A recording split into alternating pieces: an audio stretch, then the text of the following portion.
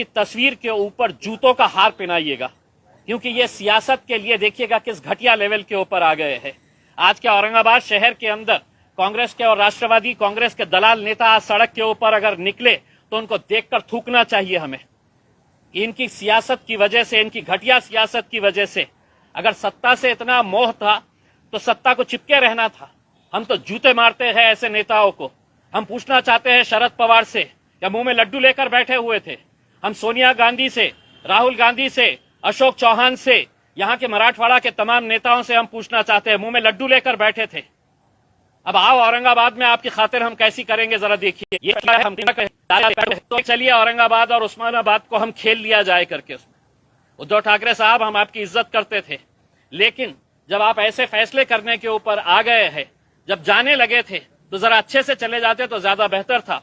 मैं औरंगाबाद की आवाम से अपील करना चाहूंगा, अब ये मामला केंद्र के सरकार के पास गया है। हम इसके जो भी रास्ते होंगे हम वो रास्ते निकालने की पूरी कोशिश करेंगे, और अगर वक्त आया तो हम सड़क के ऊपर भी आंदोलन करने की तयारी रखते हैं। दंगल होऊ शकते किंवा काही ठिकाणी जे तरुण भडक डोक्याचे लोक आहेत ते काहीही करू शकतात अशी सुद्धा शक्यता वर्तवली जाते, त्यांना तुम्ही काय आव्हान? देखिए, मैं औरंगाबाद की आवाम से, उस्मानाबाद की आवाम से अपील करूंगा कि वो शांति बनाए रखे। अभी हमारे पूरे रास्ते बंद हो गए हैं ऐसा नहीं है, हम दूसरे भी रास्तों का इस्तेमाल करेंगे, लेकिन आज हमारी पूरी नाराजगी कांग्रेस और राष्ट्रवादी कांग्रेस, जिन्होंने हमेशा सिर्फ अपनी सत्ता की खातिर किसके साथ जाना, कैसे जाना, अपनी कुर्सी कैसी बचाए रखना, से वही खेल खेला।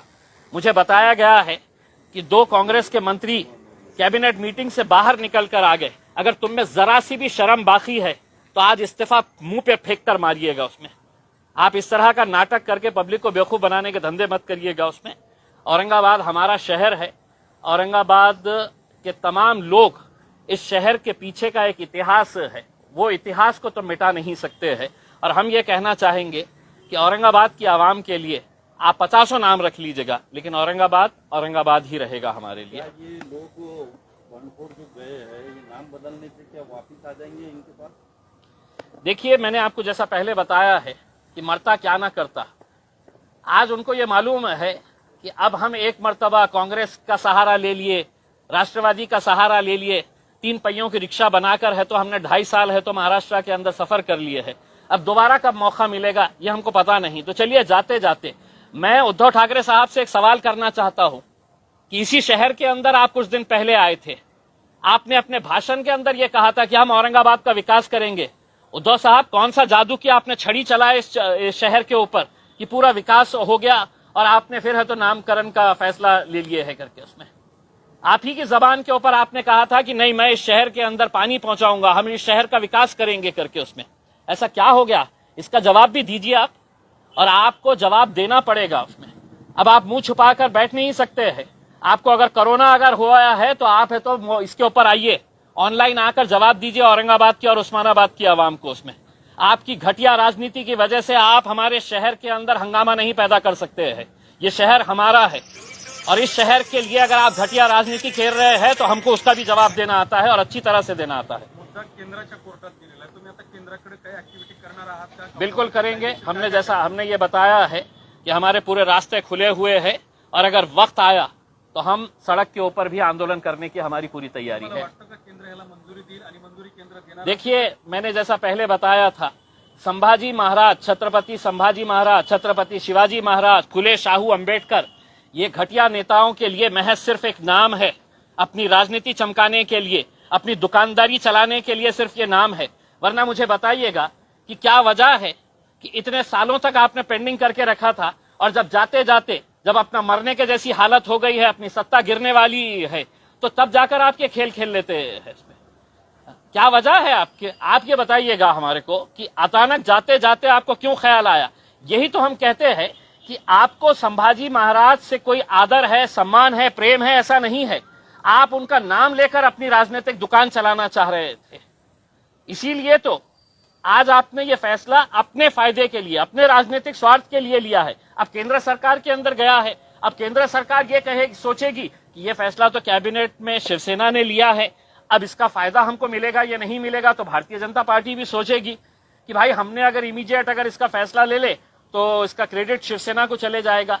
तो संभाजी महाराज से किसी को मोहब्बत है, इनको ऐसा नहीं है। हम तो ये साफ कहते हुए आए हैं कि हम छत्रपति संभाजी महाराज, छत्रपति शिवाजी महाराज, फुले शाहू, अंबेडकर, हमने कभी भी अपने राजनीतिक स्वार्थ के लिए इन लोगों का नाम नहीं लिया है। ये बहुत महापुरुष है, हम इनका आदर सम्मान पूरी तरह से करते हैं, लेकिन अपने राजनीतिक स्वार्थ के लिए कभी भी इनका नाम का इस्तेमाल नहीं किया है, जो ये राजनीतिक पार्टियां आज तक करते आए हैं।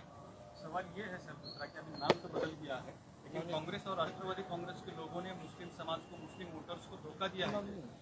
देखिए, मैं यही सवाल शरद पवार साहब से पूछना चाह रहा हूं।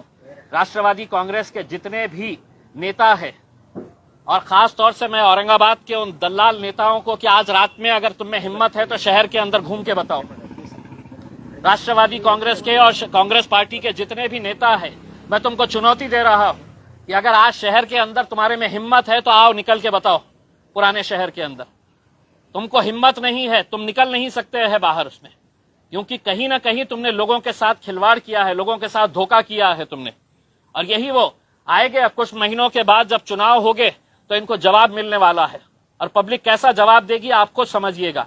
लेकिन जब तक मैं ये कह रहा हूं, ये जितने भी नेता हैं, इनके बड़े बड़े नेता, इनके फोटोज के ऊपर चप्पलों का हार पहनाइएगा और उसके ऊपर सोशल मीडिया के ऊपर वायरल करिएगा, क्योंकि ये इसी के लायक ही है। अब चंद्रकांत खैरे डांस कर रहे हैं। चंद्रकांत खैरे साहब बिल्कुल अब उनके लिए डांस करने के लिए ही अब वक्त रह गया है, और मैं तो चाहूंगा कि वो एक प्रोफेशनल डांसर बन जाए करके उसमें, क्योंकि अब आगे की राजनीति तो वो कर नहीं सकेंगे, अब सिर्फ डांस करने का है। क्योंकि ये मुद्दा पिछले 25 सालों से चंद्रकांत खैरे साहब के लिए उनकी रोजी रोटी का जरिया था ये।